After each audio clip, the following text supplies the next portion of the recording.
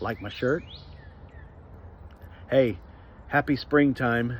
If you're anything like me, you got projects you got to do, and one of them just might be a barbecue pit. I've been in barbecue so long that I walk on a property and trees just fucking fall. Say, make me into barbecue. So listen up, pit builders. Come with me. Now just step over this. That's a future rotisserie setup. So here is the Meat Mama 3000. This is what I came to show you. Designed the whole thing myself. Let's all make fun of my welding. These right here are therm ports. Then this is my hinge system, my racks, other stuff. I don't even know why I put that on there. I think that was to hold sauce. My handles, everything inside of there. This actually was a rotisserie. And anyway, I designed all this myself. It took me a long time. So perhaps you've got something sitting in your yard like this, maybe a propane tank or something that you've had for a while or are thinking about getting one.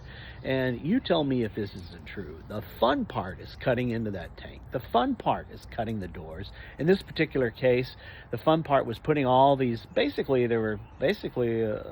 think about 6 parts to put together that I have fabricated. That, welding all that stuff together, that was the easy part. The hard part is fabricating parts. Fabricating parts takes a lot of time. Here's the reason why. 1, you got to think it up in your mind. 2, you've got to go through a bunch of trial and error and fit and all that other stuff to see if it works. Then you put it together, and then after about a week, you're like, I don't like that. Then you got to grind it off. Then you got to start with another design, and then maybe whatever you come up with doesn't really work that well in the first place. The designs were in my head. It was my first time doing it. Maybe for some of you, it's your 3rd or 4th time. But you know what? There was nobody you could call for parts. Now, about the time I started on this pit, which has 2 stacks, by the way, Frank was designing his own pits. Frank says my gas assist is going to blow somebody up. It hasn't in 20 years. I did that in 2006. So let me tell you the context of 2006 when I designed this pit. 2006, 2007, I worked on it, which is incidentally about the startup time that Frank Cox started thinking about SmokerPlans.net and SmokerBuilder.com. Anyway, let's see. Facebook and MySpace were battling it out. They had just started.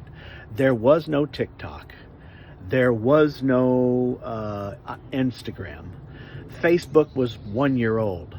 And in building this pit right here, that's when I actually started in 2006, 2007 on YouTube, being the first guy to make barbecue content that's still around.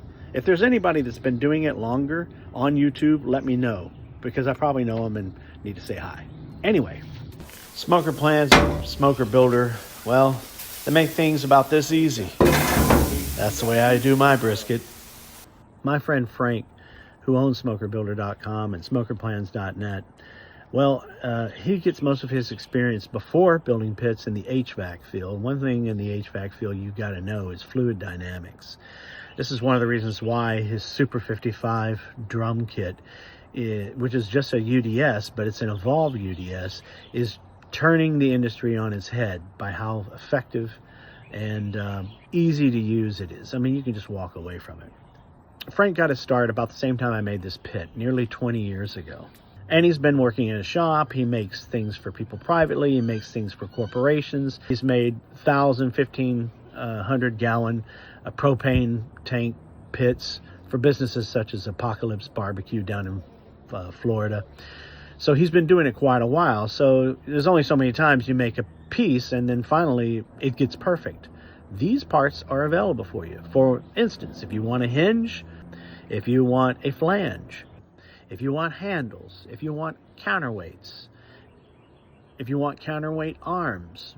Boy, I can't tell you how many times I wish that door had a counterweight. You know, I forgot to mention, He's even got plans. So SmokerPlans.net has plans and parts, all for the taking. All these things, all you have to do is go shop. And I'll tell you what, if you go there today and start poking around and getting your parts ordered, I'm going to tell you something. They're going to go on clean, they're going to go on good, and they're going to work. And I'll get you another 10% off of whatever it is you look at. As a matter of fact, most of the large pit makers that are in the United States buy their parts from him anyway. So be my guest. Tell him Pitmaster T or POPDADDY'S sent you. So remember when I told you I was going to show you my junk? This part is for you guys that like junk.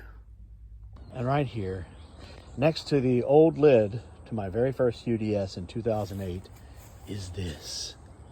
Just sitting there. I've had that tank and acquired that tank in 2008 and have been lugging it across the country one day to build it into a pig smoker, or in Texas we do shoulder clod here. Those are about 25 pounds a piece. Or it could be set up. Doors that way. Oh, anyway, you might have projects like this at your home just sitting around and with wives wanting to put it on Marketplace. Maybe I'll sell that. And I forgot I had that. Yeah, various lids that I don't want to throw away. That right there came from, well, obviously a pit barrel cooker, one of the first.